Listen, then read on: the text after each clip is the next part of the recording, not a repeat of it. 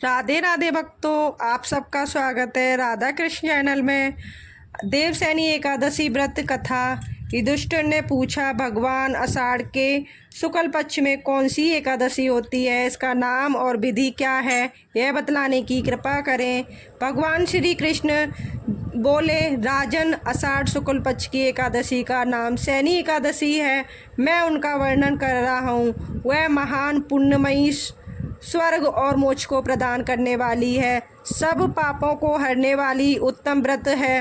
आषाढ़ शुक्ल पक्ष में सैनी एकादशी के दिन जिन्होंने कमल पुष्प के कमल लोचन भगवान विष्णु का पूजन तथा एकादशी का उत्तम व्रत किया है, उन्होंने तीनों लोकों और तीनों सनातन देवताओं की पूजा कर ली है। हरिशैनी एकादशी के दिन मेरा एक स्वरूप राजा बलि के यहाँ रहता है, दूसरा क्षीर सागर में शेषनाग की सैया पर तब शयन करता है जब तक आगामी एकादशी नहीं आ जाती। अतः आषाढ़ शुक्ल पक्ष की एकादशी से लेकर कार्तिक शुक्ल पक्ष की एकादशी मनुष्य को भली भांति धर्म का आचरण करना चाहिए। जो मनुष्य इस व्रत का अनुष्ठान करता है वह परम गति को प्राप्त होता है। इस कारण यत्न पूर्वक इसी एकादशी का व्रत करना चाहिए। एकादशी की रात में जागरण करके शंख चक्र और गदा धारण करने वाले भगवान विष्णु की भक्ति पूर्वक पूजा करनी चाहिए।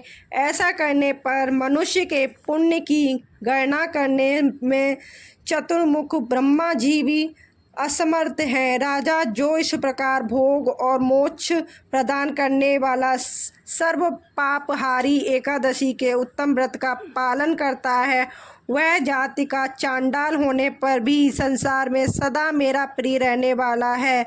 जो मनुष्य दीपदान, पलाश के पत्ते पर भोजन और व्रत करते हुए चौमासा व्यतीत करता है, वो मेरे प्रिय हैं। चौमासे में भगवान विष्णु सोए रहते हैं, इसीलिए मनुष्य को भी भूमि पर शयन करना चाहिए। सावन के साग, भादों में दही, कवार में दूध और कार्तिक में दाल का त्याग कर देना चाहिए।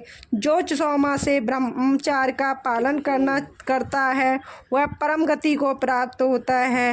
राजन, एकादशी के व्रत से मनुष्य सब पापों से मुक्त हो जाता है, अतः सदा इसका व्रत करना चाहिए, कभी भूलना नहीं चाहिए। शैनी एकादशी व्रत करना और बोधनी के बीच जो कृष्ण पक्ष की एकादशी मासों की कृष्ण पक्ष एकादशी ग्रस्त के रखने योग्य होती है, शुक्ल पक्ष की सभी एकादशी करनी चाहिए। राधे राधे।